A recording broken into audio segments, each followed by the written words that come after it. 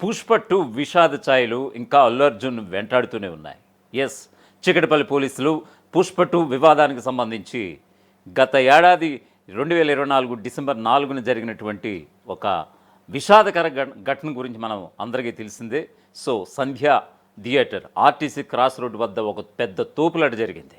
So ఈ క్రమంలో బన్నీ రాకతోనే ఈ యొక్క తోపులాట జరిగింది అనేటువంటి ఒక ప్రధానమైనటువంటి అభియోగాన్ని ఆయన ఇప్పటికీ కూడా నెత్తిన మీద మోసుకుంటూ పరిస్తున్నాడు.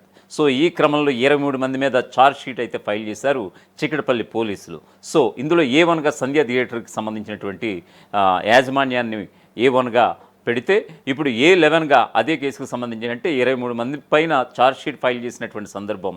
సో A11గా పుష్ప 2 హీరో అల్లు అర్జున్ అలియాస్ బన్నీ అతని పేరు కూడా చేర్చడం కూడా జరిగింది. అంటే దాదాపుగా 1 ఇయర్ అయింది ఆ ట్రాజడీ, ఆ యొక్క ఇన్సిడెంట్ జరిగి 2024 డిసెంబర్ 4న బెనిఫిట్ షోకి అక్కడికి వచ్చి చూడాలి అనుకునేటువంటి అల్లు అర్జున్ అత్యుత్సాహానికి నిజంగా అక్కడ పెద్ద తోపులాట జరిగింది. ఆ తోపులాటలో ఒక మహిళ సైతం మరణించింది. ఆ మహిళతో పాటు ఉన్నటువంటి తన కుమారుడు కూడా నేటికి ఇప్పటికీ ప్రాణాలతో కొట్టుమిట్టాడుతున్నాడు. అతనికి ట్రీట్మెంట్ కూడా కొనసాగుతోంది. దానికి సంబంధించి అల్లు ఫ్యామిలీయే స్టిల్ ఇప్పటికీ కూడా చూసుకుంటున్నటువంటి సందర్భం అయితే